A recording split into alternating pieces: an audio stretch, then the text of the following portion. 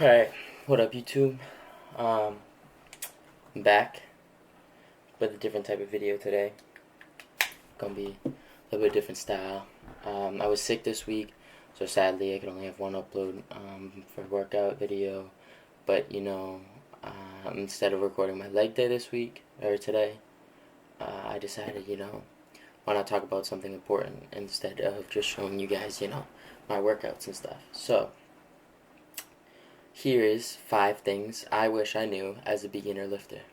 Number 1 is having a workout split. So, if you don't know what a workout split is, it's basically how you break up your workouts between the week and what muscles you're hitting, what portion of your body you're hitting, and stuff like that. So, me personally, I hit push-pull legs, which is Monday and Thursday.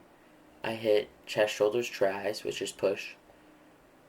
Tuesday and Friday, I hit pull, back and bis with a little bit of rear delts. And then Wednesdays and Saturdays, I hit legs. So this is effective for me personally because I feel as I hit all my muscles and I have enough time to rest and recover in between each workout, so that I will, the next workout be able to lift heavy and not so much heavy, but intense and still be good. My rest days are on Sundays, so there's also another workout split you can follow, which is upper body, lower body that I recommend. I recommend personally push-pull legs. It works best for me, but this is all personal preference. This is, what works for me might not work for you. Just figure it out on your own as you go. But upper body, lower body is another workout split that you can do, and it's as simple as it is. Upper body one day, lower body the next day, and then usually you see people do upper body, lower body rest, upper body, lower body rest, or you see people do upper body, lower body 3 times a week and then have their rest days on Sundays. You can mess with that and figure out what works best for you. But talking about rest, the second topic I want to get into is rest. Rest is huge. It's one of the most important things, you can do for yourself as a lifter. Yes, it sucks. Rest days do suck, but they are 100% necessary. So my rest days, like I said, Sundays. But your rest day can be whatever day of the week you want. You pick and choose. That's kind of where the freedom comes in of lifting. As long as it fits in your split, you do that. But you need to make sure you're resting enough for your intensity. So I work out pretty intense, but also able to work out as intense as I do work out and only have one rest day a week without burning out or without not being able to lift after my rest day. So one rest day a week works for me. And if I ever feel like I need to, I just take a second one. It's that simple. But usually, I feel like I only need one. Make sure that you also are stretching, and there's massage guns you can use, foam rollers, stuff like that, especially on your rest day. I like to stretch before my workouts anyways, specifically leg days, but I also stretch my joints like shoulders out before push days. That way I don't mess my shoulders up, but currently my shoulder's injured right now, so I'm taking it easy on that. But I still have to work out being 2 months out from my competition. But that's besides the point. Make sure, you're stretching, you're recovering enough, you're giving yourself enough time to heal, and you're taking care of yourself. And into topic number 3. So number 3 is going to be eating. You want to make sure you eat. You want to make sure you eat right. You want to make sure you're eating enough or eating in your desired range. So, I'm going to talk about the difference between cutting, bulking, and maintaining. Cutting is for someone who is, like myself, a bodybuilder and are going into a competition where they need to be as low body fat as possible for that competition. Cutting is also for people who are overweight, trying to lose some weight, or just people who, just got out of a bulk and want to get lean, or people who want to get lean in general. Now, as a beginner lifter, I would not cut. unless you are overweight and your goal is to lose weight, as a beginner lifter, I would not cut. I would bulk, I would pick up the fork, and I would eat. So let me talk about bulking now. Bulking is really important for growth. No matter what avenue you do, bodybuilding, powerlifting, whatever it is, bulking is important. You need to eat desired amount of calories, desired amount of protein, carbs, make sure you're getting your macros right, and you need to eat an excess amount. So when you cut, you eat about 200 to 500 calories less. You want to be in a calorie deficit when you cut, sorry. And when you bulk, you want to be in a calorie surplus, which is where you eat more calories. So right now I'm cutting. My calories are at like 1,800. That's because I'm almost in prep. Or that's because I'm in prep, but I'm almost, at my competition. So I'm really, really slim on calories. When I bulk though, I do like 3,500 calories. You know? That's the difference. That's what got me from 110 to 165. That's really how I started putting on weight. And maintaining is maintaining your desired weight, but just they call it main gaining. It's basically where you maintain your weight and you maintain your calories, but you lift constantly and are trying basically to put on size without eating in a surplus. So you're basically just going to lose body fat over time and put on muscle. Now, I've main gained before in the past. I think it works. I think it's a very lengthy process though, and I think it's it doesn't work as good as you think. But it's definitely the easiest out of all three because you can just eat like normal. But to each his own. Now, a good way to track your calories and macros is MyFitnessPal. I personally have it. It's what I personally use. Here's all my macros, right? And then I have my my calories at the top. And then you can basically do, so that's breakfast, is what I ate for breakfast. And then you can fill out lunch, dinner, snacks, your exercise, your water. You can track everything in here. It's perfect. MyFitnessPal, I'm not sponsored by them or anything. This is all personal preference. I use it. When you eat, make sure, if you're not ready to bulk, main gain, cut, whatever, if that's too much for you at the moment, and you want to just take it slow, just start eating clean. You don't have to eat, less. You don't have to eat more. You don't have to eat, the same. You can fluctuate your diet, but eat clean. What I mean by clean is get rid of the donuts every day. If you're eating donuts every day, get that out of here. Everything in moderation is fine, but you shouldn't be eating junk food constantly. You should have you should be eating chicken, salmon, turkey, beef, steaks, eat like whole meats. Everyone mistakes salads. Salads are good, but they're almost like just like a filler, just something to make you feel full. They're not that super great for you. Make sure you're eating fruits, vegetables. Make sure you're getting desired amounts of nutrients you need, and make sure you feel good.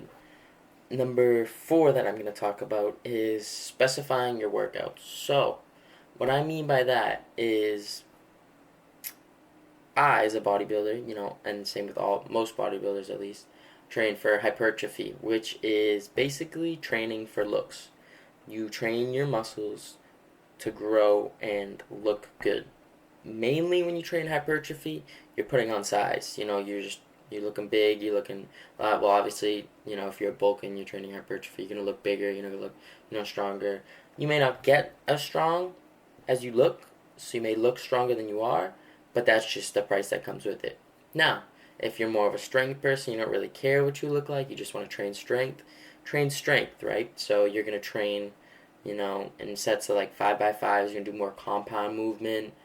You're going to really just train just for strength. You're not going to look as good as you want to. You're not going to, you're not going to be able to, be super vascular or anything. I mean, some people are. But you're specifically training like strongmen to be strong to put on strength. Another avenue of training is power building. So basically, it's when you combine hypertrophy and strength, they call it power building, and it's basically lifting to look good and to be strong. Now, this is one of the most common ones out there, and unless you're a bodybuilder, it's super common for people who just work out because they want to lift heavy, but they also want to look good. To each his own. Pick your preference. Pick your poison technically because there's all negatives to them. But you can't think of the negatives. You can think of the positives. Like train hypertrophy, I'm gonna look hella good. Train strength, I'm gonna be able to outlift everybody in here. Train both, I'm gonna be able to. I might be able to outlift most of the people in here, and I'm gonna look better than most people in here. You know what I mean? So it's all up to you. Just know that they all have their benefits and downsides. Number 5, and lastly, what I want to talk about is pre-workout and other supplements. So, pre-workout's an iffy topic, because pre-workout's not necessary at all whatsoever, and it's more of something that you can use to almost give you better workouts and better pumps and better focus, better energy. It can almost help you recover faster too, depending on the pre-workout. But you want to look into these pre-workouts. So don't just go buying pre-workouts. I do not recommend getting C4 Ghost. I would recommend, something like Sebum's pre-workouts, or, I'm using Alpha Line currently. I love it. It's good. I'm using their highest stim right now, and it's, not like crazy stim. I'm a stim junkie, so I like the stim. But if you don't know what a stim is, it's basically when a pre-workout has a lot of beta-alanine in it, so your skin feels very itchy and tingly, and you get really pumped up for the workout. And then there's also pump pre-workouts, which are not stim at all. They're just focused on pump, basically helping you look better through your workout, and get a fuller, more vascular look. Now, I would recommend researching all these different pre-workouts, seeing what's best for you, trying out new ones. And as a beginner lifter, you may not even want to use pre-workout. I don't blame you. I wouldn't. When I first started lifting, I really wanted to use pre-workout, but I didn't because, it has definitely negative side effects if you don't use it right. And even if you do, the caffeine in it, it's not good for your heart at all. So definitely be careful. Do your research. Make sure you're doing it right. Supplements, though, are a different animal. So I take supplements for reasons that may not be important to you, but they're important to me. We may need different supplements. We may choose to use different supplements. I may be using wrong supplements. You may be using wrong supplements. I'm using what works for me. You use what works for you. Do your research. Figure out what you should use. Personally, there are some supplements that I think everyone should use. And these are called supplements because you supplement them when you need them. You don't always need them. But I think fiber, Metamucil is a good one. And a digestive enzyme, perfect. Help you digest proteins, anything that's really hard to digest, really help. Probiotics, I think those awesome. Help you feeling rejuvenated, helping you keep from getting sick, helping your muscles recover, stuff like that. Ashwagandha, stuff like that. It's experimental, you can use it, you cannot use it. Stay away from testosterone. Do not use testosterone. It's fake supplement. Not a fake supplement, but it doesn't do what everyone advertises it to do, right? It doesn't increase your testosterone naturally, right? That's not what it does. The only supplement on the market right now that is said to increase your testosterone to a point where it matters is Tonga Ali, and it's not researched enough to know if it is super beneficial or not. Make sure that you're getting your macros in your food before you look for supplements. So, like protein, I have 2 tubs of protein powder that just sit in my closet or in my pantry because I use them sometimes, but very rarely because I usually get my protein through my food. Now, when I bulk, I use them more because I always need more protein, and it's kind of hard to get so much protein without that supplement. But you definitely should choose wisely what you use. make sure you have fun when you work out. Make sure you're having fun. Make sure you're not stressing over it. Make sure you're doing everything you want to do. Don't do anything you don't want to do, because at the end of the day, lifting should be fun. I love lifting. I do it purely based off of happiness. Like, it makes me happy. That's what I love to do. But lifting's not for everybody. If it's not for you, that's alright. That's alright. There's other avenues you can be healthy through. But make sure you're having fun. Make sure you're staying healthy. And most importantly, stay injury free, especially. And don't ego lift. Don't ego lift. There's no point of it. You're just going to hurt yourself. But that was 5 things I wish I knew as a beginner. I hope you guys enjoyed. If you have any questions, just put them in the comments below.